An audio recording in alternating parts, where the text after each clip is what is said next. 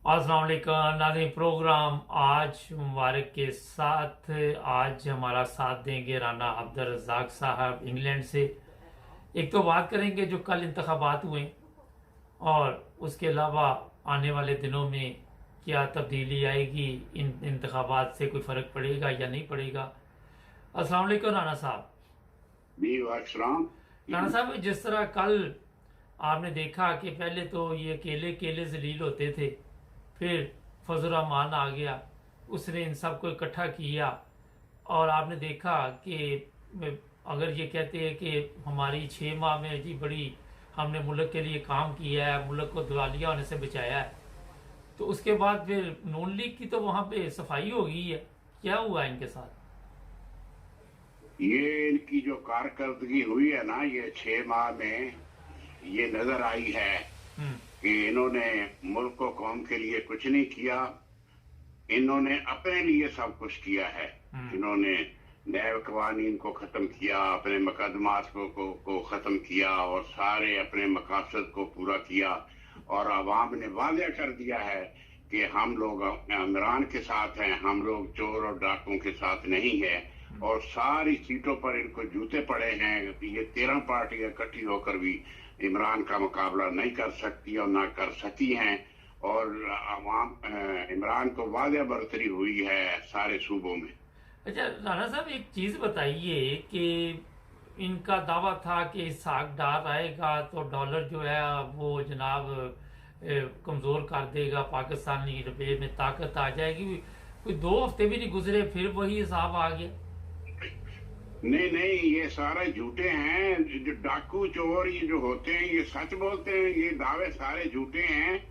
सिर्फ ये अमेरिका नवाज जो लोग हैं ये अपना वक्त गुजार रहे हैं कि जितने दिन गिन कर ये गुजार रहे हैं और अपना मफादात की जंग में अपनी कोशिशें पूरी कर रहे हैं। इनको दुनिया अपने मुल्क से या आवाम से कोई ना मोहब्बत है ना कोई तल्लक है। ये तो अपने मकासद सारे हासिल कर रहे हैं। लेकिन राणा साहब, इसमें जो अहम चीज है कि अगर ये आइंदा भी इलेक्शन में इसी तरह इनकी पिटाई हुई सबकी, आप देखें कि कहाँ एक एक ये पार्टी थी, कहाँ ये 12-13 पार्टियां, फिर चीफ ऑफ आर्मी स्टाफ भी इनकी सरपरस्ती कर रहा है, चीफ जस्टिस भी कर रहा है और इदारे भी, इलेक्शन कमीशन भी, आपका वो नैब भी, सब इनकी मदद कर रहे हैं। उसके बावजूद इनकी छतरौल इतनी कि मेरा ख्याल है कि कोई शर्म से डूबने का मकाम है। नहीं, ये बेज़मीर लोग हैं, ये डूबेंगे नहीं। ये बड़े ढीठ हैं और ये अपने मफादात के चक्कर में सारा काम कर रहे हैं। इनकी बेइज्जती हो रही है हर तरफ से इनको डंडे पड़ रहे हैं। ये लोग बेज़मीर हैं और अपने मफादात को जीतने के लिए सारे काम कर रहे हैं। ये आपको सारा नजर तो आ गया है। 6 महीने की कारगुजारी के बाद भी इनको कोई वोट नहीं मिला। अच्छा, आप समझते हैं कि जरदारी अपने जो पत्ते फेंके थे उसमें कामयाब रहा? उसने कहा था कि मैं नवाज शरीफ को घसीटूंगा ज्यादा और मारूंगा कम, वही साहब हुआ? हाँ बेशक, जरदारी अपने तौर पर अब कामयाब रहा। उसको सिंध में हमायत हासिल हो जाएगी। बेशक वो जबरदस्ती हासिल करे जैसे भी है, मगर वो पंजाब में भी कोशिश करेगा कि कुछ सीटें ले जाए, मगर वो नून लीग से फिर भी आइंदा इलेक्शन में बेहतर रहेगा। राणा साहब, ये बताइए कि अभी भी हमारे जो रिजल्ट आए हैं उसमें जो मुझे महसूस हुआ है कि जहालत अभी भी बहुत ज्यादा है। क्योंकि आपने देखा, ये तो नहीं कह सकते कि वोट उनको नहीं पड़े, पड़े तो हैं ना उनको भी। नहीं, मगर उन्होंने तो बहुत धांधली की है ना, बहुत धांधली की है। जबरदस्ती लोग आए, 200 लोग आए एक पोलिंग स्टेशन पर और ठप्पे लगा गए। वो जितनी वोटें पड़ी थी, वहां वोटों के कागज पड़े थे, उन पर सब पर मोहरे लगाकर वो भाग गए। ये रिपोर्टें आ रही हैं धांधली की उन्होंने कोशिश की है। मगर इमरान खान के लोगों ने इस कदर वोट डाले हैं कि उनकी जो धांधली है वो भी आगे नहीं कर सकी कुछ भी। राणा साहब, ये मुल्तान की सीट जो जीती है यूसर रोजा गिलानी के बेटे ने, कहते वहां बहुत ज्यादा नोट बहाया गया, पीपल्स पार्टी ने, जरदारी ने वहां लोगों को नोटों के जरिए खरीदा। आपके पास भी ये इतला है? नहीं, नोटों की बात तो चलो थोड़ी बहुत होगी, मगर बात यह है वहां एक जागीरदार का दूसरे जागीरदार से मुकाबला था। वो मौरूसी सियासत का इसलिए वो पीपल पार्टी वहां जीती है। पीपल पार्टी इसलिए नहीं वहां जीती कि वो कोई पीपल पार्टी मकबूल है वहां, नहीं, वहां हाशमी का और उसका वजीर आजम के लड़के का जैन का मुकाबला था। लोगों ने जो पीटीआई है, इन लोगों ने भी मरूसी सियासत को मुनासिब नहीं जाना और लोग वोट डालने के लिए नहीं निकले। वहां सिर्फ जैन के या वजीर आजम के जो हमायती हैं वो जीते हैं, पीपल पार्टी नहीं जीती है। हाशमी इसलिए आ रहा है, लोगों ने मरूसी सियासत को पसंद नहीं किया और पीटीआई के मिजाज में नहीं है कि मरूसी सियासत को माना जाए या उसको जितवाया जाए। अच्छा, ये एक बड़ी अहम बात आपने की कि वो शाह महमूद कुरैशी की बेटी बाहर से आई और वो इलेक्शन में उसने हिस्सा लिया। इनके पास अपना कोई बंदा ही नहीं था वहां पे। एक वैसे सोचने वाली बात है, एक तरफ तो इमरान खान कहता है कि हम जिस तरह नस्ल दर नस्ल सियासत चल रही इसको खत्म करना चाहते हैं, तो दूसरी तरफ खुद भी ये टिकट दी इसने। ये जनाब हाशमी साहब की जिद थी और अनापरस्ती थी जो रिजेक्ट कर दी है पीटीआई ने, और आइंदा मरूसी सियासत के लोगों को वोट नहीं मिलेगा, ये साबित हो गया है। ये वैसे ये लोग, ये पुराने गद्दी नशीन है ना दोनों घर, ये आपस में इनका मुकाबला था, इनके जो लोग मरीज थे उन्होंने ये वोट दिए। राणा साहब, गद्दी नशीन ने और हमारे मुल्क में मुख्तलिफ इलाकों में गवर्नमेंट में आ जाते हैं, जंग में देखें और भी बेशुमार जगह, सिंध तो पूरा भरा पड़ा है। इससे हमें निजात नहीं मिल सकती किसी तरह भी? जब तक आप जहालत को दूर नहीं करेंगे, एजुकेशन को आम नहीं करेंगे यहाँ यूरोप की तरह, इनसे कैसे निजात मिल सकेगी? यही तो वो वडेरे हैं जिन्होंने स्कूल बनने नहीं दिए, जिन्होंने तालीम नहीं हासिल करने दी और अपने बच्चों को इंग्लैंड भेजते पढ़ने के लिए, और मकामी इलाकों में कॉलेज और यूनिवर्सिटियां नहीं बनाते। अगर बनाते हैं तो वहाँ निसाब ऐसा होता है कि लोग वहीं घूमते रहते हैं। अच्छा, ये बताइए कि अब कोई तब्दीली आप देख रहे हैं कि कोई चेंजिंग आएगी, कोई पता चलेगा कि कोई इंतखाबात की तरफ मुल्क जाएगा? नहीं, आपका सवाल वाज़ेह नहीं है, दोबारा मैंने कहा कि अब ये शिकस्त के बाद आप समझते हैं कि नून लीग वाले इंतखाबात की तरफ जाएंगे? नून लीग नहीं जाएगी इंतखाब की तरफ, उसकी मर्जी नहीं है, वो तो बहुत कुछ चाहती है, मगर फौज उसकी तरफ जाएगी। जो न्यूट्रल हैं वो फैसला करेंगे, क्योंकि अब इमरान खान की मकबूलियत जो है वो उसको मान चुके हैं, ब्यूरोक्रेसी भी मान चुकी है, बाकी लोग भी मान चुके हैं, इसलिए वो इंतखाब की तरफ जाएंगे। नून लीग ना भी चाहे तो तब भी ब्यूरोक्रेसी जाएगी इंतखाब की तरफ। ये कहते हैं जी शहबाज शरीफ को रिजेक्ट कर दिया, मरियम को रिजेक्ट कर दिया, साद रफीक को रिजेक्ट कर दिया, पूरी पार्टी को रिजेक्ट कर दिया, अब जी नवाज शरीफ आएगा तो इंतखाबात फिर देखेंगे। आप क्या समझते हैं, ये क्या करेगा जाके? नहीं, ये सिर्फ ढोंग है, ये बहाना है। ये नवाज शरीफ भी हरा है, अब भी नवाज शरीफ की नून लीग ही हारी है, और जब नवाज शरीफ आएगा तब भी वो हारेगा इमरान खान के मुकाबले में, क्योंकि ये लोग बदनाम हैं, ये लोग बद किरदार हैं, ये लोग डाकू हैं, इन्होंने मुल्क को लूटा है, ये बदनाम जमाना है।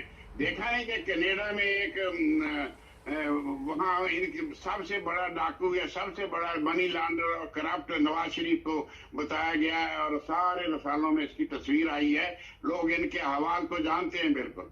अच्छा, एक ब्रेक लेते हैं, राणा साहब लाइन पे हैं। नाज़रीन, हमारे चैनल को सब्सक्राइब कर लें, ब्रेक के बाद मिलते हैं। घर वाली घर में ना हो तो खाली घर ऐसे लगता है जैसे इस घर ने हमें खा जाना है, और अगर वो घर में हो घर वाली तो फिर महसूस ये होता है कि छोड़ना इसने भी नहीं है। जाएं तो जाएं कहाँ?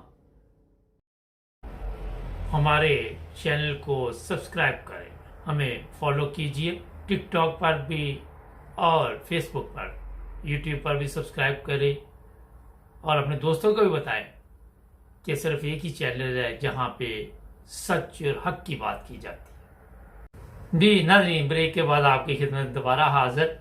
नाना साहब, ये बताइए कि आप क्या समझते हैं कि जो अमेरिका के सदर का बयान आया जिसपे हमारी तरफ से तमाम लोग मैदान में आ गए, अमेरिका को क्या जरूरत पड़ी हुई थी ये बयान देने की?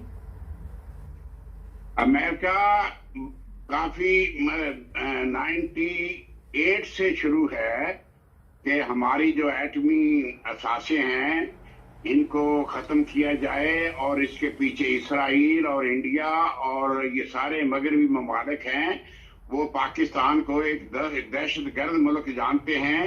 اور پاکستان میں جو علماء سو یا یہ علماء ہیں جنہوں نے یہ سارا سسٹم چلایا تھا افغانستان کی جنگ میں 9/11 کے بعد، تو پاکستان ساری دنیا کو یہ ڈر ہے یہ پاکستان مس یوز نہ کرے ایٹمی اثاثوں کو. اس لیے ان کی جو پلاننگ ہے اجتماعی طور پر ان کے ایٹمی اثاثے ختم کرنے پر ہے. اسی لیے تو اس نے آفر کیا ہے امریکہ میں کہ $80 ارب لے لیں اور اپنے ایٹمی اثاثے ختم کریں یا ہمیں دے دیں. آپ اکنامیکلی ترقی کریں، آپ ان کو چھوڑ دیں، جنگ کی طرف مت جائیں، آپ ڈیولپمنٹ کی طرف جائیں یوکرین کی طرف. نہیں تو یہ بتائیے کہ اس کو پتا ہے کہ ہمارے جو لوگ ہیں وہ پیسے پوسے لے لیتے ہیں، اسی لیے اس نے کہا نا بازار ہے، یا کیا وجہ ہو سکتی ہے؟ ساری قوم کا امیج کرپٹ بن چکا ہے. یہ سارے لوگ راہ سے تنخواہیں لیتے ہیں، جتنے علماء سو ہیں مذہبی جماعتوں کے لوگ ہیں، یہ راہ سے پیسے لیتے ہیں، اسرائیل سے پیسے لیتے ہیں، امریکہ سے پیسے لیتے ہیں، سعودیہ سے بھی لیتے ہیں. سعودیہ سے تو مذہبی طریقے سے لیتے ہیں، باقی سے تو یہ ان کے کام کرتے ہیں. ساری رپورٹ جو خفیہ ہوتی ہے وہ انڈیا کو دیتے ہیں یہ لوگ. رانا صاحب یہ بتائیے کہ آپ نے مذہب کی بات کی، آج کل ہندوستان سے بھی یہ خبریں آ رہی ہیں کہ وہاں جو مسلمان ہیں ان پہ ظلم ہو رہے ہیں. پاکستان کی میڈیا بھی یہ شور مچا رہی، مگر ہمارے پاکستان میں بھی تو ایسے قوانین موجود ہیں جن سے انسانی حقوق جو ہیں وہ میرا خیال ہے متاثر ہو رہے ہیں، اور مذہبی طور پہ بھی لوگ متاثر ہو رہے ہیں. تو ہمیں اپنے نظر ثانی کرنے کی ضرورت ہے قوانین میں. انڈیا پہلے تو ایسا نہیں کرتا تھا. انڈیا نے جب پاکستان کو دیکھا ہے کہ یہ لوگوں کو اسلام سے بھی نکال دیتے ہیں، اقلیتوں پر ظلم بھی کرتے ہیں، ان کی مساجد کو بھی گراتے ہیں علماء کے کہنے پر، تو اب انڈیا بھی وہی کام کرنے لگ گیا ہے. وہ کہتا کچھ بھی نہیں ہوتا ایسا کرنے سے. تو انڈیا اب پاکستان کو ان چیزوں کو فالو کر رہا ہے، وہ انہی کے طریقوں کو اپنا رہا ہے. پاکستان میں تو بالکل مذہبی آزادی نہیں ہے. غیر مسلموں کو یا اقلیتوں کو کون سی مذہبی آزادی ہے؟ ظلم ہو رہا ہے. ہندو لڑکیوں سے زبردستی شادی کی جا رہی ہے کلمہ پڑھا کر، اور احمدیوں کے ساتھ ظلم کر رہے ہیں. ان کی مسجدوں کو مینار گرا رہے ہیں، ان کی مسجدوں کو گرا رہے ہیں، ان کی قبروں کو اکھاڑ رہے ہیں، ان پر مقدمے کر رہے ہیں. جب وہ نماز پڑھیں اذان دیں تو ان پر 3 سال کی قید ہو جاتی ہے، اس پر مقدمہ ہو جاتا ہے. اچھا رانا صاحب یہ چیزیں جو ہیں میرا خیال ویسے بھی مناسب نہیں. پاکستان کو جب بنایا گیا تو وہ تمام لوگوں کے جو بھی حقوق تھے وہ ایک جیسے ہی تھے، لیکن بعد میں جو حالات بنتے گئے آپ کے سامنے، اور پھر پاکستان کی جو حالت ہوتی رہی وہ بھی آپ نے دیکھی. رانا صاحب یہ بتائیے چیف آف آرمی اسٹاف جائے گا، یا ابھی کوئی اگر عمران خان نے کوئی دھرنا شرنا دیا یا کوئی جلد سے جلوس نکالے تو کہیں مارشل لا کا کوئی خطرہ شطرہ ہے کہ نہیں؟ نہیں، چیف آف آرمی اسٹاف نے اقرار کر کے آیا نا، امریکہ کو وہاں بتا کر آیا، بیان دے کر آیا کہ وہ جانے کے لیے تیار ہے. جائے کہ کوئی تصادم ہو، کوئی مارشل اللہ کا امکان نہ ہو جائے. اگر اس کی نیت خراب ہوئی تو مارشل اللہ بھی لگ سکتا ہے، مگر وہ وعدہ کر کے آیا امریکہ سے کہ میں جاؤں گا، نومبر میں جا رہا ہے یہ. لیکن جو آنے والا آپ کیا سمجھتے ہیں اس سے کوئی تبدیلی آئے گی، یا وہ بھی اس کے نقش قدم پہ چلے گا؟ نہیں، کوئی کسی کے نقش قدم پر نہیں چلتا. حالات کے مطابق لوگ چلتے ہیں. اگر امریکہ کو باس بنایا تو وہ اپنی پھر پالیسی اور ہوگی. امریکہ کو باس نہ بنایا تو پھر ٹھیک چلے گا، کیونکہ ہر آدمی چیز کا اپنا دماغ ہوتا ہے، اپنی پلاننگ ہوتی ہے، اور ماحول کے مطابق اس نے چلنا ہوتا ہے. لیکن رانا صاحب ایک بڑی جو اہم چیز ہے وہ یہ ہے کہ آپ کے علم میں ہے کہ ہمارے وہاں بلیک میل کیا جاتا ہے، ویڈیو بنا لی جاتی ہے، اور بعد میں پھر آپ کے علم میں ہے کہ وہ ویڈیو کی دھمکی دے کے جو مرضی کروایا جاتا ہے. آپ کیا سمجھتے ہیں کہ یہ لوگ اس جال میں جلدی قابو میں آ جاتے ہیں جو بڑے بڑے لوگ ہیں؟ نہیں، ہمیں اتنا زیادہ نہیں پتا جتنا کہ لوگوں کو تھریٹ محسوس ہوتے ہیں. لوگوں کے بچوں کو کڈنیپ کیا جا سکتا ہے، لوگوں کو نقصان دیا جا سکتا ہے، لوگوں کو CNC لیول کے لوگوں کو مروایا جا سکتا ہے. جیسے وہ पहले CNC हमारे मारे गए हैं कई तरीकों से, तो थ्रेट्स तो होते हैं आलमी लेवल पर भी। तो बहरहाल फिर भी हर जो CNC होता है उसका अपना दिमाग होता है और अपना ज़मीर होता है, वो उसके मुताबिक चलता है।